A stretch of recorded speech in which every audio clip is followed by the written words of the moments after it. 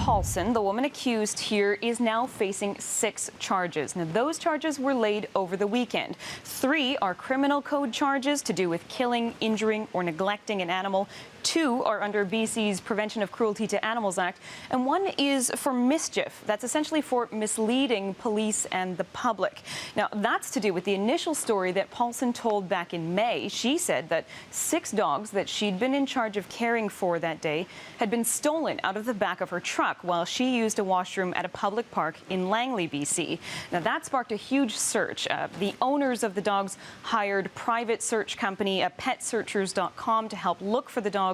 5 days later, though, Paulsen apparently admitted to one of those private searchers that, in fact, the dogs had not been stolen but had died in the back of her truck from heat. Apparently, she told them she had panicked and made up the story. Now, police later confirmed that, saying that they also believed that the dogs died in the back of the truck, that they were never at that park in Langley, but instead at a parking lot in a neighboring city, and that Paulsen had then dumped their bodies in a ditch. And it was after that that the SPCA recommended these charges against her. We now know that those charges have been laid. It's not yet clear, though, when she'll be making her first court appearance. One of these charges is, in fact, a new type of charge. It's under BC's Prevention of Cruelty to Animals Act, and it's to do with the duty of care that someone owes to pets or animals. Now, this is a new charge that's only been on the books for about 2 years.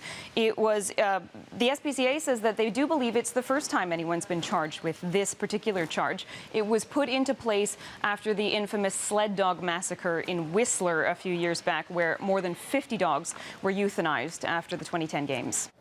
Stephanie Mercier reporting from Vancouver.